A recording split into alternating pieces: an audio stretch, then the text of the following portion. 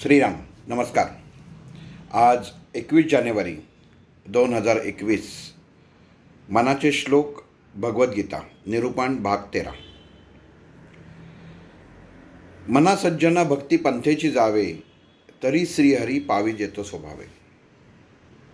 या श्लोकाद्वारे 40 वेळा किंवा 40 निरूपण करून भगवद्गीता आपल्याला पुढं न्यायची आहे. पण 2 दिवसापूर्वीच डॉक्टरांनी सांगितलं की आज भाग जो आहे मनाचे श्लोक आणि भगवद्गीता हा संयुक्त जो भाग आहे तर हा संपवून परवापासनं पुढे भगवद्गीता मराठीतनं सांगणं सुरू करायचे आहे. योग, आपण शब्द उच्चारताना योगायोग आणि योग जुळून येणं असं त्याला एक दुसरा आपण सहज शब्द म्हणू शकू. योग म्हणजे काय? जुळून येणं. लग्नाचे योग, एखाद्या कार्याचे योग म्हणजे जुळून येतं. पत्रिका म्हणजे जे त्रयस्थ आहे ते जुळून येणं. सगळ्या ग्रहांची जिथं गणिती संख्येने, गणिताने, खगोलशास्त्रीय दृष्टिकोनातून, गणितशास्त्र दृष्टिकोनातून ज्याची बेरीज वजाबाकी, गुणाकार भागाकार हे सर्व मांडलं जातं, ती म्हणजे पत्रिका. आज मनाचे श्लोक आणि भगवद्गीता सांगताना आपण ह्या शब्दावरनं सुरुवात केली. त्याचं कारण असं आहे की आपण परमात्मा भगवान श्रीकृष्ण नारायण हे जे अर्जुनाला उपदेश करत आहेत, सर्वसामान्य लोकांना समोर ठेवून हा उपदेश चालू आहे. आणि याच्यामध्ये आपण पाहतोय की धृतराष्ट्र अंध असून, जो जन्मांध आहे, जो विचारांनी अंध आहे, त्याला केवळ मुलांची चिंता लागली. संजय यांनी उत्तम पाहिलं आणि उत्तम ग्रहण केलं. अर्जुन यांनी पण उत्तम ग्रहण केलं. आणि हनुमान यांनी सुद्धा उत्तम ग्रहण केलं. हा योग आहे. हे सांगायचं कारण असं की मनुष्य जीवन हे पूर्ण योगायोगाने जमलेलं गणित आहे. भगवंताची प्राप्ती नुसतं म्हणायचं आणि त्याच्यासाठी आपण जी काही उपाययोजना करतो, जी ध्यानधारणा साधना करतो, आणि ही करताना आपल्याला परमात्मा कसा प्राप्त होईल याचा मनुष्य विचार करत असतो. कारण त्याचा मूळ उद्देश हाच आहे. नामस्मरण, नामाचं स्मरण. मी मागं एकदा एका निरूपणात सांगितलं होतं की नाम म्हणजे काय? नाव म्हणजे नाम नाही, ज्याच्यामध्ये न अहम मी, म्हणजे माझ्यामध्ये जो अहम नाही, म्हणजे फक्त परमात्मा. कारण हा देह, या देहामध्ये मी आहे. म्हणजे आज उदाहरणार्थ धरलं तर या देहामध्ये मी म्हणजे हेमंत आहे आणि त्याबरोबरच परमात्मासुद्धा बसलेला आहे. मग नाम घेताना न अहम मी हेमंत नाही, म्हणजे राहिला फक्त परमात्मा. मग त्याच्याशी जुळवून घ्यायचं आहे, त्याच्यामध्ये आपल्याला सामावून जायचं आहे. म्हणून नामस्मरण. जे स्मरतं आणि त्याचं आवरण आहे, जे स्मरतं त्याचं आवरण आहे. स्मरण म्हणजे काय?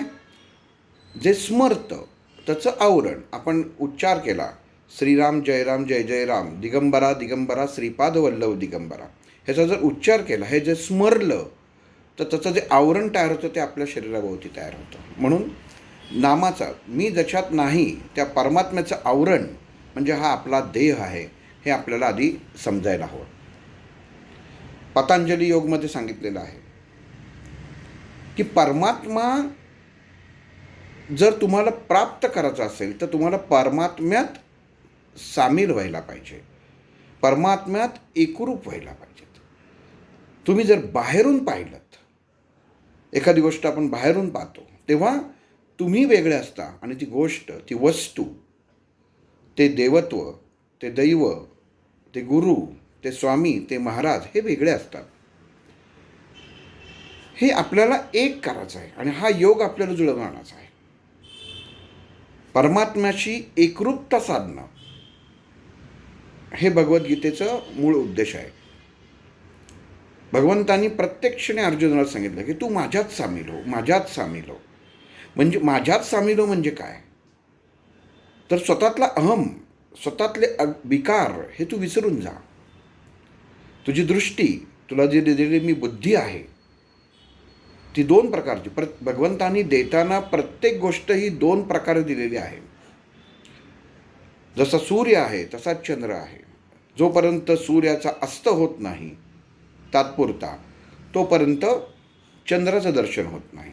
आणि जेव्हा आपल्याला असं वाटतं की सूर्याचा अस्त झाला, पण तो जिथे इथं अस्त होतो तेव्हा तो दुसरीकडे उगवत असतो, कारण आपण फिरत असतो. तसं आपण चांगली आणि वाईट, अंधार आणि रात्र, रात्रीचं महत्त्व जोपर्यंत दिवस आहे तोपर्यंत कळतं आणि दिवसाचं महत्त्व रात्र आहे तेव्हा दिवसाचं महत्त्व कळतं. तसं परमात्म्याने, भगवंतानी आपल्याला सांगताना जी आत्मसंयम योग यामध्ये बुद्धी सांगितलेल्या आहेत, कुबुद्धी आणि सुबुद्धी, दोन्ही बुद्धीची प्रकार तुम्हाला भगवंताने दिलेले आहेत. आपण कुठलं साध्य घ्यायचं आहे, आपण काय साध्य करायचं आहे हे आपल्या मनावर अवलंबून आहे. बाहेरनं करायचं आहे का आतनं करायचं आहे. आई होण्यासाठी त्या स्त्रीला, त्या मातेला स्वतःच्या शरीरामध्ये गर्भधारणा करून घ्यायला लागते, तेव्हा तिला मातृत्व काय हे जवळून कळतं. पण दुसऱ्याचं बाळ असेल आणि आई मी ह्याची आई होते तर ते मातृत्व कळणार नाही, ते नुसतं वरवर बघितलं जाईल. ती जी नाळ जुळलेली असते ती जुळली जाणार नाही.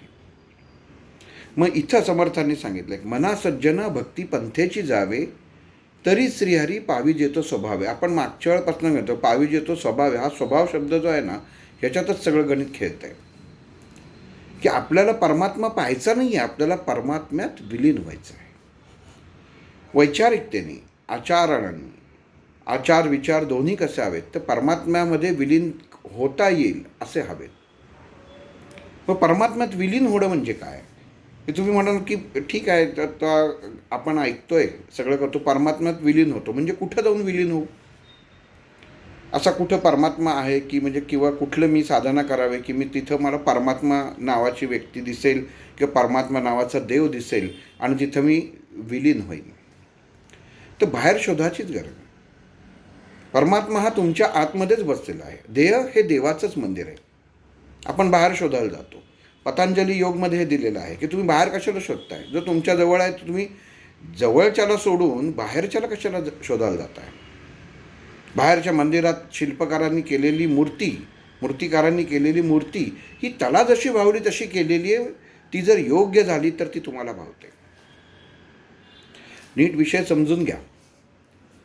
बाहेर मंदिरात असलेल्या मूर्त्या, असं आपण बऱ्याच ठिकाणी जातो आणि भगवान विष्णूची मूर्ती असते, श्रीकृष्णाची मूर्ती असते, रामांची मूर्ती असते, पण तो भाव आपल्या मनामध्ये प्रगट होत नाही की जो आपल्याला अपेक्षित असतो.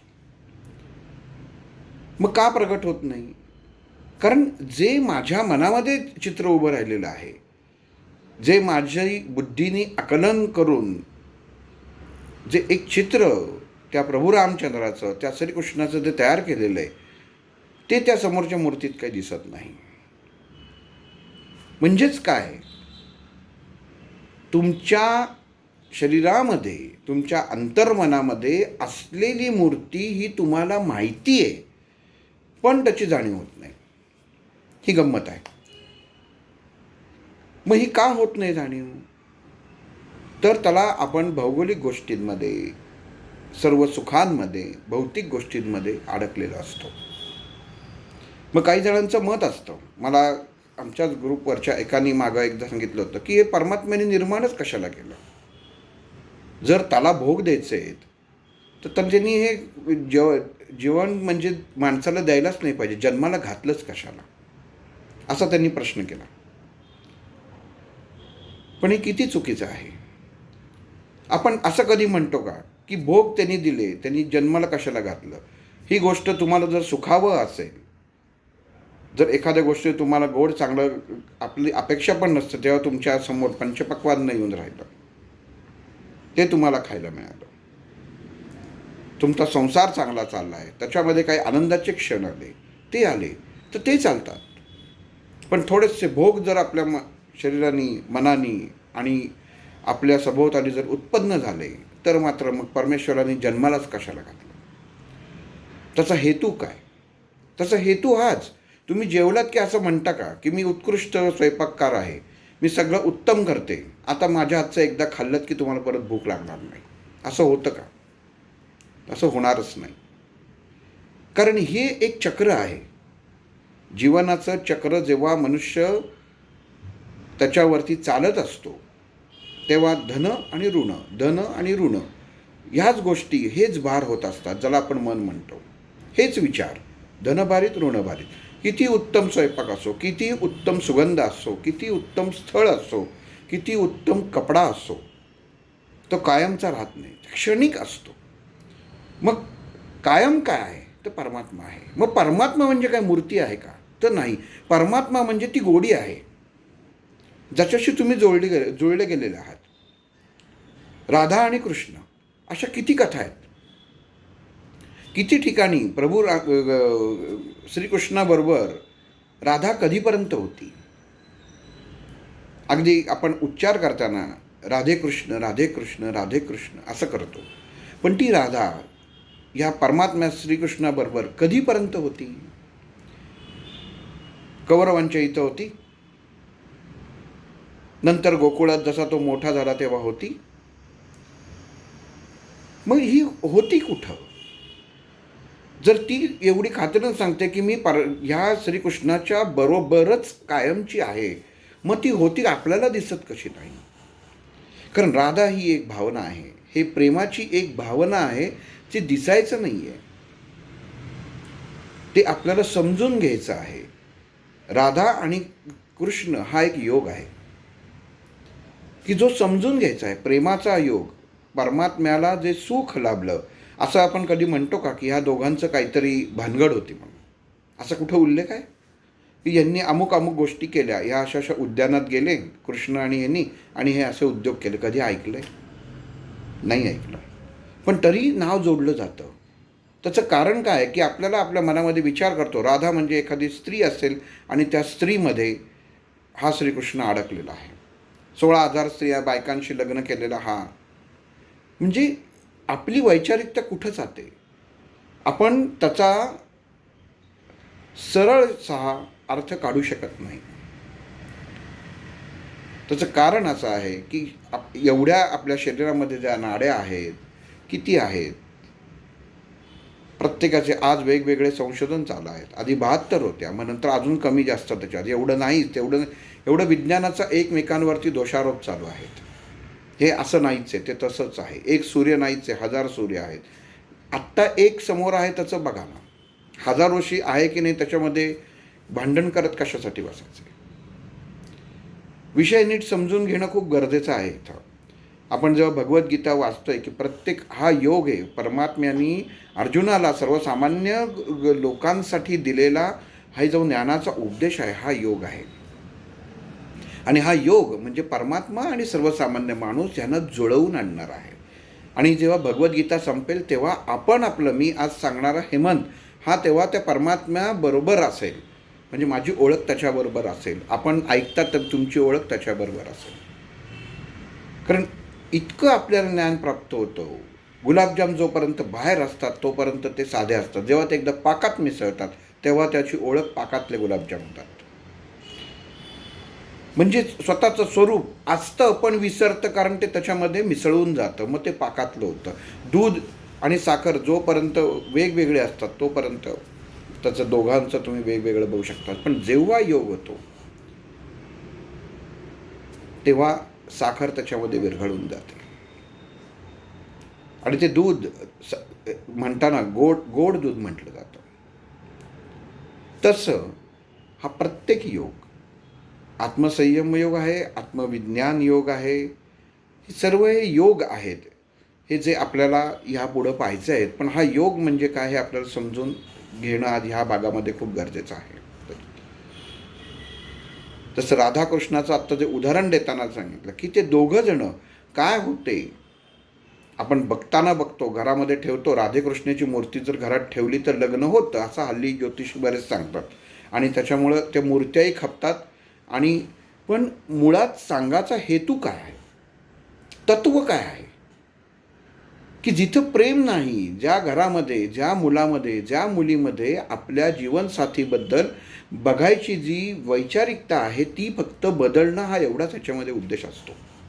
आपल्याला वाटतं घरामध्ये मूर्ती आणली आणि मग जुळलं, झालं. मग असं असतं तर सगळ्यांनीच घरामध्ये नुसती मूर्ती ठेवल्या ठेवल्या ही कामं झाली असती. मग का नाही होत? कारण मनामध्ये तो भाव उत्पन्न होणं गरजेचं असतं. ते 10 जणांपैकी एकाच्याच मनात भाव उत्पन्न होतो, कारण त्याच्याशी तो जोडला जातो. आणि जेव्हा परमात्म्याशी मनुष्य जोडला जातो तेव्हा त्याला माझ्या बाजूला काय हा काही त्याचा विचार त्याच्यामध्ये येतच नाही, कारण तो स्वतःचा राहतच नाही. आणि एकदा जेव्हा तुम्ही पूर्ण परमात्मारूपी होऊन जाता, तुमच्या गुरुरूपी होऊन जाता, तेव्हा तुमची स्वतःची ओळख शून्य असते, तुम्ही स्वतः नसताच. आणि मग हा योग आपल्याला साध्य करायचा आहे, हे साधायचं आहे. ह्याच्यात एक उदाहरण मी मागं गोष्ट ऐकली होती की श्रीकृष्ण आपल्या पत्नी समवेत बसलेले असतात आणि तेव्हा राधा येते आणि मग त्या दोघींमध्ये हेवेदावे चालू होतात. आणि मग श्रीकृष्ण म्हणतो ठीक आहे, मी आता परीक्षा घेतो, तुमच्या दोघींमध्ये फारच कारण नसताना भांडणं जातात, तर आपण बघू तुमच्यात सर्वश्रेष्ठ कोण आहे. आणि पत्नीला सांगतो की तुला मी कसा आवडेन. बघा प्रश्न काय की तुला मी कसा आवडेन. मग ती पत्नी सांगते की तुम्ही मला गोड आवडाल. तर श्रीकृष्ण हसतात आणि मग ते राधेला विचारलं तुला मी कसा आवडेन. तर ते म्हणतात तुम्ही मला खारट आवडाल. आणि मग जेव्हा त्या पत्नीला कळतं तेव्हा पत्नी अशी हसते कुत्सितपणे आणि म्हणते काय मूर्ख आहे, खारट काय. म्हणजे एवढा भगवंतानी एक चान्स देऊन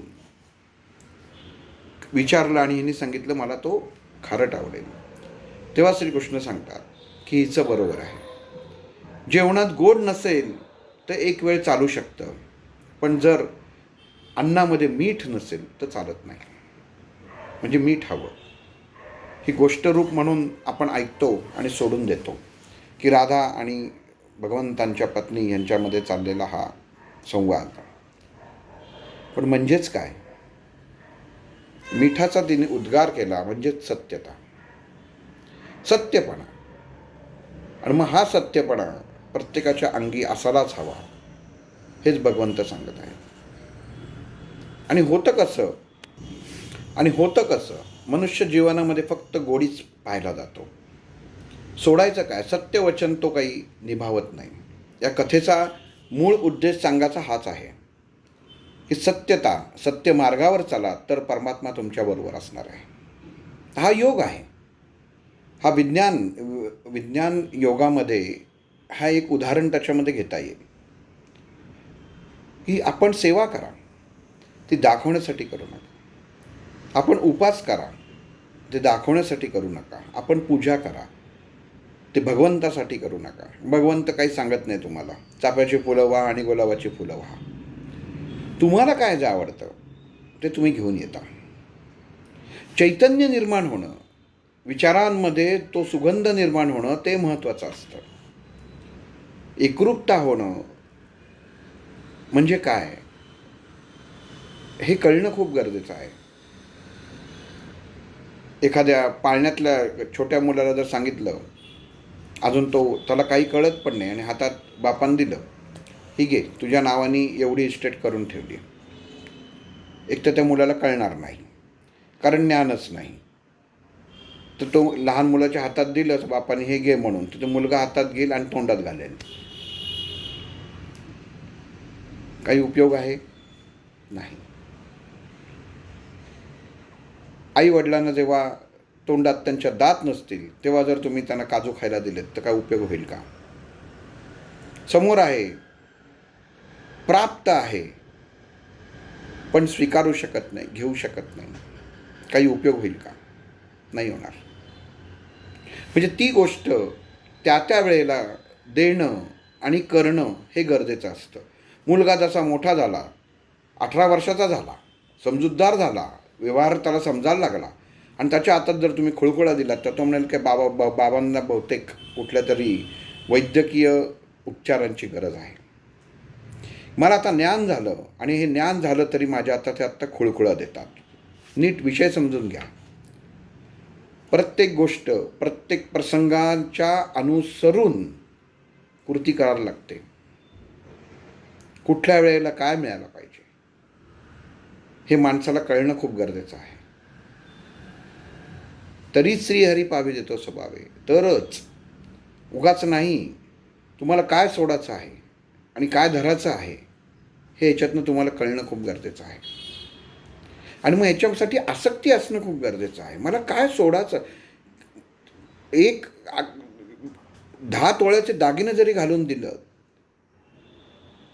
तरी त्या मुलाला त्याचा जीव कोंडेल, कारण त्याला काही कळत नाही कशाचे दागिने आहेत आणि काय नाही. अगदी एखाद्या स्त्रीला सर्व अगदी दागिन्यांनी मढलेली आहे, आणि दुसरीकडे घरात मोलकरीण आहे, अंगावरती फुटका दागिना पण नाही, पण जी दागिन्यांनी मढलेली आहे तिचा पती जिवंत नाही म्हणून ती कुंकू लावू शकत नाही, आणि जी पूर्ण एकही दागिना अंगावर नाही, गळ्यामध्ये सुद्धा फटक्या मण्याचं मंगळसूत्र, पण कपाळावरती कुंकू आहे, धनवान कोण? म्हणजे मनुष्याने विचार करताना करायला पाहिजे. कसा करायला पाहिजे की नुसतं आहे पण त्याला जर धनी नसेल तर त्याची किंमतच नाही, आणि जर धनी असेल तर बाकीच्याची गरजच नाही. तसं परमात्माशी जेव्हा तुम्ही एकरूप होता, एकदा परमात्म्याने तुम्हाला आपलंसं केलं तर तुम्हाला इतर कशाचीच गरज नाही. पण ते करण्यासाठी, त्याला आत्मसात करण्यासाठी आपल्या मनामध्ये असलेली आसक्ती ही खूप महत्त्वाची आहे. फावल्या वेळामध्ये परमेश्वराचं नाव घ्यायचं योग्य नाही.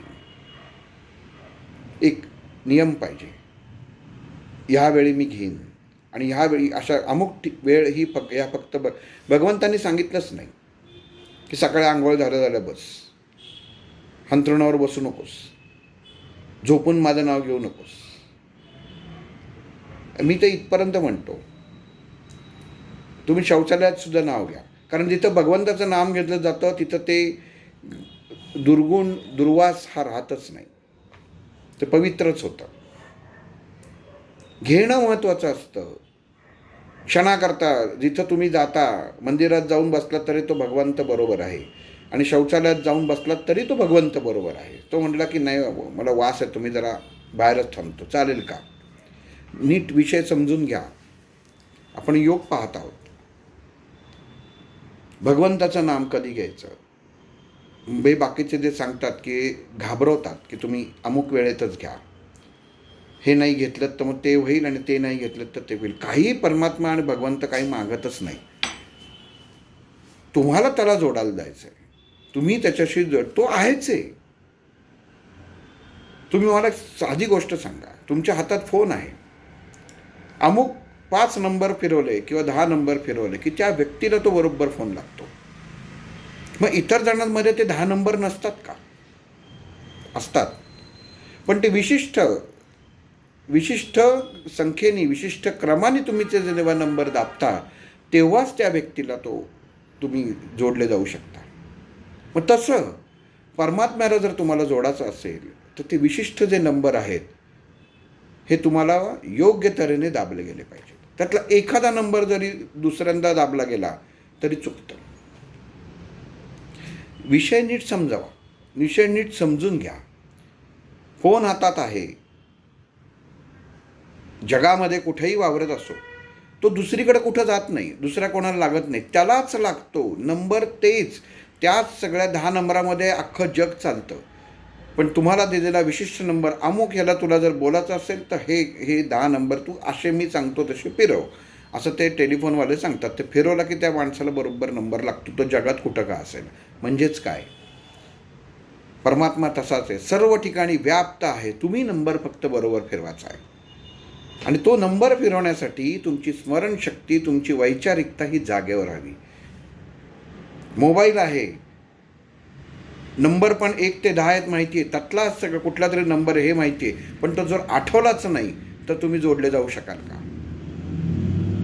नाही जाऊ शकणार. म्हणजे समजून घ्या, काय निवडायचं आहे. तरी श्रीहरी तरच, म्हणजे तर म्हणजे काय, तर आपली बुद्धी आधी आपल्याला जागेवर पाहिजे, आपली वैचारिकता जागेवर पाहिजे, त्याच्यात एकाग्रता हवी. ती जर बिरबिर असेल तर त्याचा काही उपयोग नाही. मन शांत हवं. मन शांत कसं करायचं, एवढी आता अर्जुन जेव्हा हे श्रीकृष्णासमोर ऐकतोय तेव्हा हे युद्धभूमीवर ऐकतोय. मागच्याच निरूपणात सांगितलं, भगवद्गीता तिथंच उपयोगी पडते जिथं संघर्ष आहे. आणि मनुष्याच्या जीवनामध्ये प्रत्येक क्षणाला संघर्ष आहे, म्हणून प्रत्येक क्षणाला ही भगवद्गीता उपयोगी आहे. आणि तिथं त्याचा आपण अभ्यास करताना आपल्याला त्या परमात्म्याशी योग जुळवून आणायचा आहे.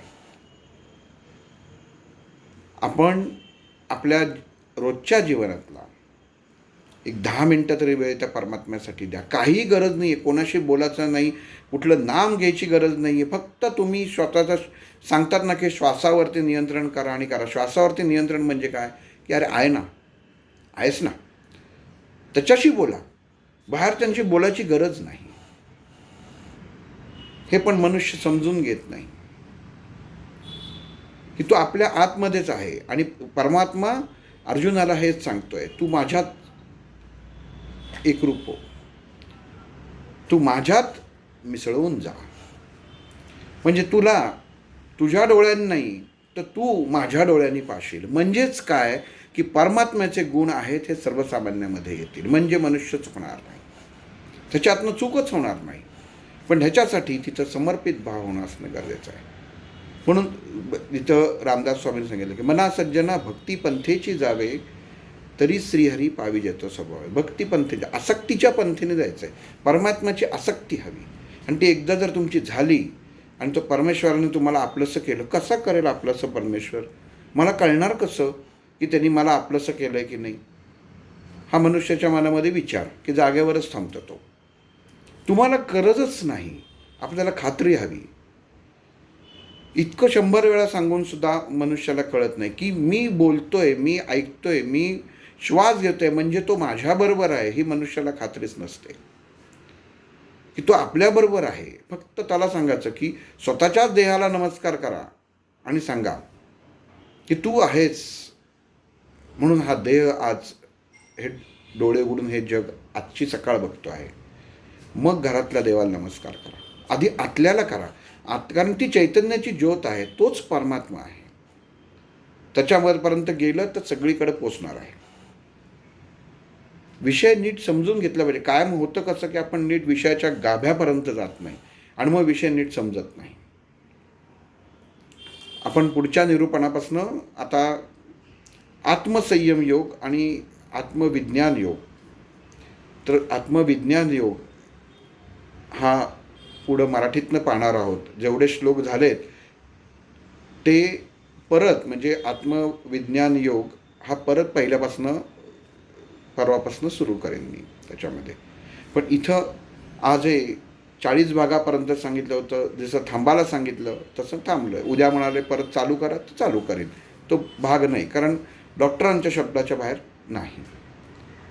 कारण याच्यात 40च भाग काय 400 भागसुद्धा होऊ शकतात.